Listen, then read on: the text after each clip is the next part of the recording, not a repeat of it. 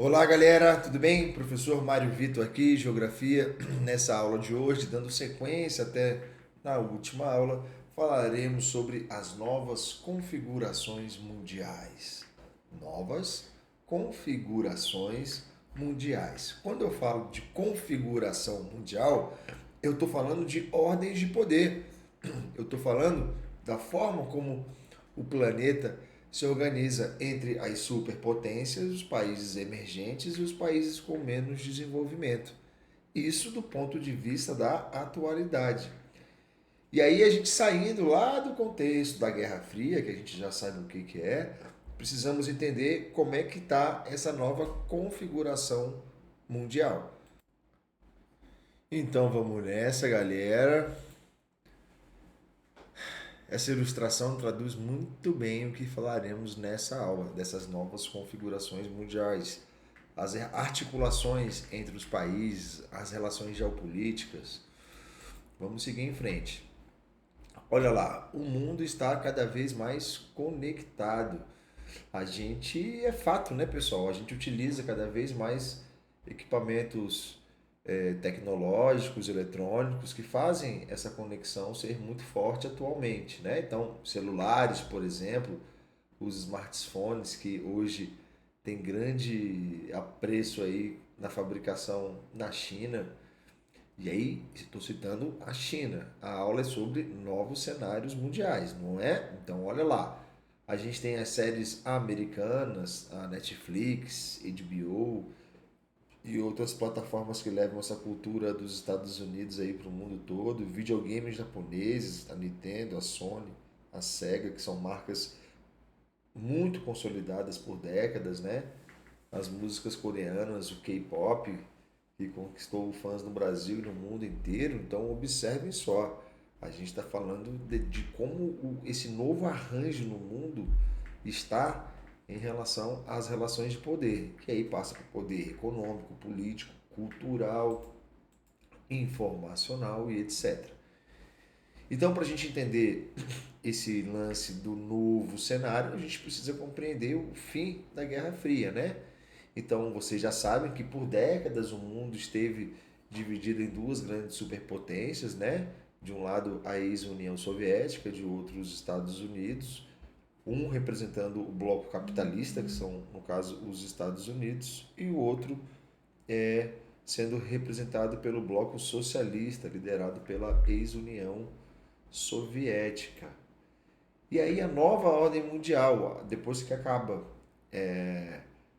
a Guerra Fria, o fim da União Soviética, você vai ter aí uma nova organização. O mundo deixa de ser bipolar, os dois polos, União Soviética e Estados Unidos, e passa a ser dominado por uma ordem que chamamos de multipolar. Mas agora esse multi não é que tem vários países brigando entre si, é porque está todo mundo conectado na mesma onda do capitalismo, mas quem domina essa onda são vários países articulando esse sistema. Por isso que tem esse nome de multipolar, vários centros do poder. Então essa expansão do capitalismo espalhou esse poder por quase todos os países do mundo que detêm tecnologia, que detêm capital.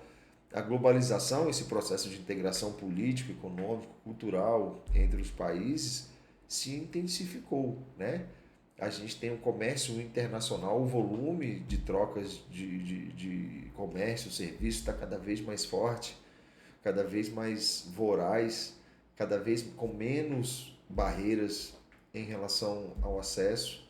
E aí a gente desponta com esses novos centros do poder, como a China, a Índia, até o Brasil, quando a gente fala do nosso agronegócio aqui, do setor agrícola brasileiro, a gente tem uma relevância muito forte. E aí a gente tem essa articulação do mundo multipolar. Então, na nova ordem mundial, vários países e blocos exercem essa influência econômica, política e militar, além das grandes potências consolidadas, países emergentes que ganham cada vez mais importância no cenário global. Então a gente tem grandes potências, né? Como você tem ainda há pouco, como Estados Unidos, a China, o Japão, a União Europeia, e os países emergentes. O que são países emergentes? São países que tinham até pouco tempo atrás uma economia mais atrasada e conseguiram ter não uma economia desenvolvida, mas uma economia que se desenvolveu, que cresceu. E aí o exemplo disso é o Brasil, a Índia, a Rússia, a Coreia do Sul são exemplos desses países emergentes. Legal? Show? E o Brasil, como é que está o Brasil nessa nova ordem mundial? Então, o Brasil é internacionalmente conhecido como uma potência regional, porque a nossa região aqui da América do Sul, a gente tem esse protagonismo aqui, o Brasil. A gente é o quinto maior país do mundo, a gente tem muita riqueza natural, a gente tem água doce, a gente tem minérios, a gente tem terras agricultáveis, ou seja, terras que são prósperas para a agricultura. A gente tem o nosso setor agroindustrial fortíssimo, a soja, o café, a carne bovina. É um parque industrial nesse sentido muito forte. E a gente conta com o mercado consumidor, afinal de contas temos aí as seis, sete maiores populações do mundo, né? Então, com 215 milhões de habitantes, cerca aproximadamente de 215, o Brasil representa um dos maiores consumidores internos, né? E aqui, pessoal, tem um esqueminha aqui sobre a globalização, esse processo de integração político, econômico que se intensificou após a Guerra Fria, né, e que marca profundamente as nossas relações na atualidade. A gente tem o comércio com o seu fluxo de bens, de serviços entre os países, por exemplo, a Netflix é um grande exemplo disso. A gente tem os meios de transportes rápidos levando mercadorias, levando pessoas cada vez mais rápidos. A gente tem a tecnologia com a internet, a inovação conectando novos mercados a todo instante. A gente tem a circulação de pessoas e o capital cruzando fronteiras, ou seja, a gente tem uma grande integração relacionado a esse novo cenário mundial, né? E mundial, eu quero puxar então a palavra mundialização e globalização. Às vezes essas palavras são usadas como sinônimos, mas têm conceitos diferentes, tá? Então compreender é fundamental o que é um e o que é outro. A mundialização é quando a gente tem uma relação é, da compreensão econômica entre os países. Ela vai focar na relação das balanças comerciais, os investimentos, as exportações, o comércio de uma maneira geral, a produção em larga escala. Então, isso a gente usa a palavra mundialização. E a globalização, que é um pouco mais amplo, ela não vai envolver apenas a economia, ela vai envolver tudo que está em volta ali, como a cultura, a parte militar, até a articulação das informações, né? A tecnologia. Então, a globalização vai envolver tudo isso aí. A globalização inclui a mundialização. É importante que vocês entendam isso. Legal? Então, a diferença entre um e outro. E como é que essa globalização acontece, já que é ela que é grande responsável pelo cenário mundial atual, né? A globalização ela vai depender de elementos básicos como uma infraestrutura em comunicação, uma infraestrutura em tecnologia, a logística de deslocamento de pessoas, de comércios, de produtos, né? Então, quanto maior for a escala dessas estruturas, maior vai ser o nível de globalização. E para isso você tem lá a internet, os satélites, né, que permitem as comunicações instantâneas, os transportes cada vez mais eficientes e rápidos, aviões, porta-aviões, navios, porta-contêineres, as multinacionais, as empresas que atuam em vários países ao mesmo tempo, espalhando dinheiro, recursos, serviços, produtos. Então, junta tudo isso aí, a gente tem uma ideia de como que essa globalização acontece no nosso dia a dia. Desculpa, gente. As empresas multinacionais são as grandes representantes aí dessa forma da gente entender o espaço mundial na atualidade, né?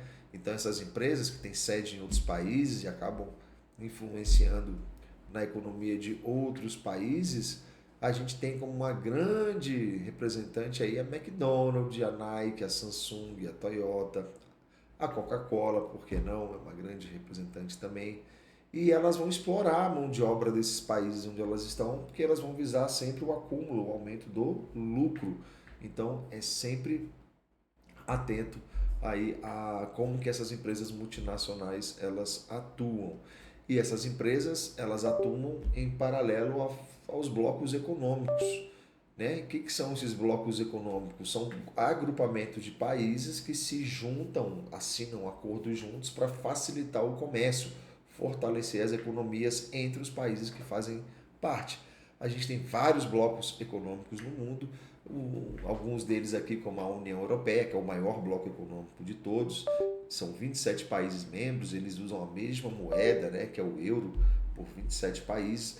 A gente tem no Brasil aqui o Mercosul, que junto com a Argentina, Uruguai e Paraguai fazem aqui da América do Sul ter uma relevância enquanto bloco econômico no comércio mundial. A ASEAN, que é lá no Sudeste Asiático, são 10 países que estão muito fortes também em toda a produção econômica global. A APEC, que são os países do Pacífico, que tem ali os Estados Unidos, tem a China, tem os Estados Unidos, o Japão.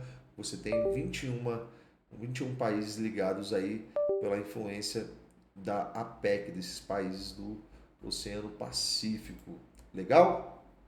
E aqui, pessoal, quero chamar a atenção para um conceito relacionado à ideia da aldeia global. O que é isso? Olha aqui essa galera, olha lá essa ilustração. Então, o mundo se tornou uma aldeia global, onde todos estão conectados e as fronteiras praticamente desaparecem. Né? Então, esse autor aqui, esse sociólogo canadense, o Marshall McLuhan, ele criou uma expressão para descrever como as tecnologias de comunicação aproximaram as pessoas ao redor do mundo. Então, você pode conversar em tempo real, você pode comprar produtos, você pode ir visitar lugares através da internet sem sair da sua casa, você pode ver filmes, estudar em universidades no exterior, tudo dentro da sua casa pelo instrumento, a ferramenta da internet. Né? Então, olha aí que interessante. Aqui a gente tem os fluxos, a tecnologia e como que esses fluxos globais eles atuam, né?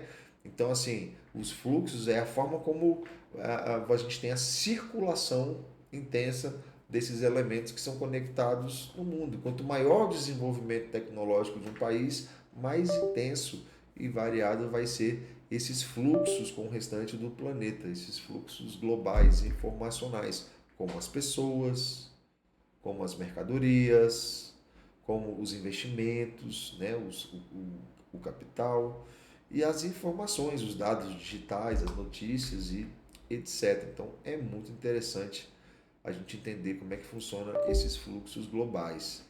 E aqui no Brasil, pessoal, como é que a globalização tem assim, como é que ela influencia no nosso Brasil? O brasileiro, gente, adora a globalização. Então, o brasileiro tem como grande hábito adquirir serviços novos que vão chegando no Brasil. A gente consome muito, a gente tem muita influência cultural dessas empresas multinacionais, principalmente a dos Estados Unidos, que tem aí um jargão chamado American Way of Life, então a maneira de viver dos Estados Unidos, né? Os hábitos globalizados que a gente adora e incorporou dos Estados Unidos. Então a gente tem a entrega de comida, né? Delivery de comida, shopping center, fast food, as plataformas de streaming como Netflix, Spotify, eu adoro Spotify, videogames, redes sociais e etc. Né? Então esse estilo de vida americano se espalhou pelo mundo e esse estilo de vida vai gerar produtos globalizados, onde as pessoas acabam pagando por isso e acabam tendo esses serviços aí. No entanto, pessoal, existem alguns movimentos que vão reconhecer uma exclusão relacionada a essa globalização. Será que a globalização atinge de fato todos os países e sociedades do mundo inteiro do mesmo jeito? Será que influencia do mesmo jeito? Então, olha lá. Então, apesar de todos esses avanços tecnológicos na globalização, esses benefícios não chegaram igualmente para todo mundo. Então, 37% da população mundial ainda vive sem internet. 46% da parte do continente africano, chamado África Subsaariana, está sem internet. Olha isso, gente. Na parte do interior do Brasil, chamado Brasil rural, tem 20% da população que não tem conexão também. Então não é todo mundo que está incluído digitalmente. Existem as desigualdades. E aqui a gente tem as grandes potências mundiais que representam, né, essa globalização aí, que tem esse poder, detém esse poder aí da nova ordem mundial. Os Estados Unidos, que é a maior potência do mundo ainda, né, com forte influência sobre todos os aspectos. A União Europeia, com o maior bloco econômico, o euro como moeda única, tem livre circulação de pessoas. O Japão, que é referência em tecnologia, em robótica, automóveis, inovação. E a China, que é a maior exportadora mundial, né? A segunda maior economia, e a industrialização chinesa vem crescendo a passos largos aí, a ponto de competir diretamente com a União Europeia e os Estados Unidos. E é interessantíssimo falando sobre a China, porque eles têm um modelo lá chamado socialismo de mercado. É como se fosse um mix entre socialismo e capitalismo. Socialismo é quando você fala internamente. Lá na China, dentro do país, eles são socialistas. Mas de mercado é a política econômica que eles adotam, que é bem capitalista. Então a China passou por uma das maiores transformações econômicas da história, atuando um modelo único chamado socialismo de mercado. Eles combinaram o regime político socialista com a abertura econômica, né, o capitalismo. Então, a gente tem essas duas características muito fortes que vão caracterizar esse socialismo de mercado, a parte política e a parte econômica. Legal? Opa, show de bola. Vamos seguir em frente. Pessoal, aqui a gente pode concluir então que o nosso mundo está numa constância de transformação, né? Está sempre se movimentando aí. A nova ordem mundial ela vai trazer profundas mudanças, né, na organização econômica, na organização cultural do planeta. E compreender isso, pessoal, é importantíssimo para a nossa realidade. Então a gente tem maior integração entre os países, as economias cada vez mais conectadas. Infelizmente, as desigualdades elas existem, são muitas entre, por exemplo, alguns países da América do Sul, dentro do Brasil, alguns países do continente africano. A gente tem a ascensão de novos poderes, a ascensão e a chegada de novas lideranças dentro desse cenário mundial, como a China, por exemplo, e a União Europeia, o Mercosul, que são blocos econômicos que sempre estão em destaque aí na política internacional. Então a gente conclui ao longo dessa aula através desses resumos aqui. Aqui eu trouxe duas questões para vocês, a número um e a número 2. Na número um, após o fim da Guerra Fria, o mundo deixou de ser bipolar e passou a ser multipolar. Explique o que significa esse termo e cite pelo menos 3 países ou blocos que se tornaram polos de poder na nova ordem mundial. Eu vou ler o número 2 e quero que vocês deem pause aí para responder antes de ver o gabarito. Legal? Então vou ler aqui o número 2. A China adotou um modelo econômico chamado socialismo de mercado. Explique como esse modelo funciona e qual é o papel das zonas econômicas especiais, as ZES, no crescimento econômico chinês. Eita! Então, essa número 2 aqui, vocês vão ter que fazer uma investigação, uma consulta na internet mesmo. Evitem inteligência artificial, mas para que vocês possam ter essa noção aqui, ó. Eu vou dar o pause para que vocês pensem e respondam antes de soltar o gabarito. Então, pausa aí. Espero que tenha pausado. E aqui eu tenho o gabarito da número 1 e da número 2 para depois vocês pausarem tranquilamente e refletirem em relação à resposta que vocês colocaram. Ok, pessoal, foi um prazer estar com vocês. Fiquem com Deus e com certeza estaremos na próxima. Obrigado, gente. Até.